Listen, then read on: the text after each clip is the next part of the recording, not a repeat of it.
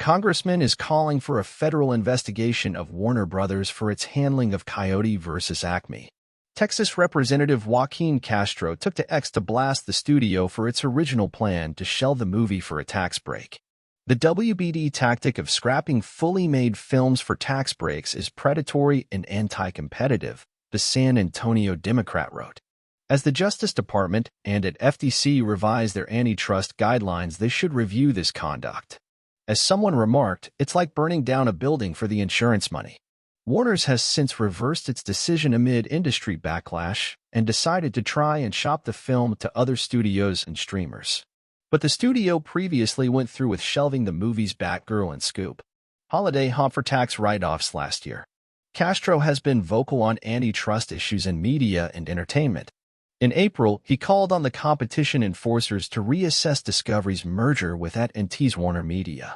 This followed 30 members of Congress warning that the resulting competition vacuum would harm workers and consumers, as well as reduce diverse programming, which became a common criticism after the company canned its $90 million HBO Max film Batgirl, the first DC movie led by a Latina, for the tax write-off.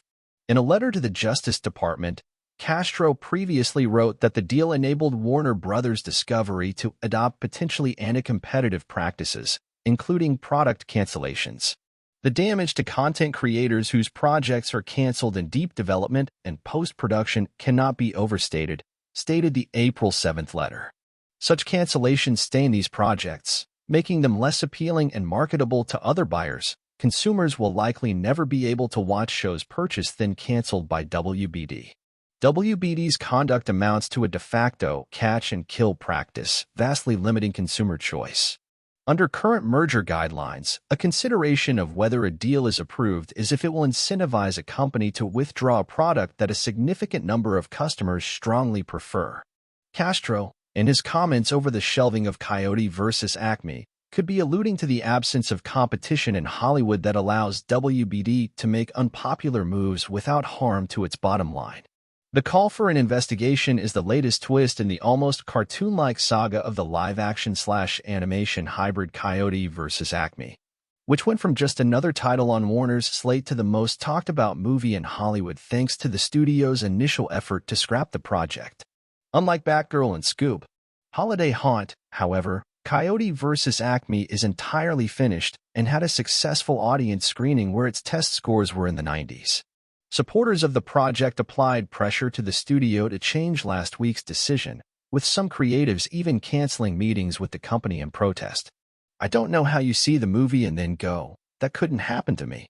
No one will save you," filmmaker Brian Duffield previously told THR. Now, the studio will allow director Dave Green to shop the project, though it's not yet clear what price Warner Brothers will set for the title given its potential value as a tax write-off that would help offset the movie's $70 million budget. Coyote vs. Acme follows the speechless and hapless Coyote as he teams up with a lawyer, Will Forte, to fight the Acme Corporation. Just like in the cartoons, Coyote buys Acme devices to try and kill Roadrunner, but they never work properly, causing him to embark on a quest to take down the company instead.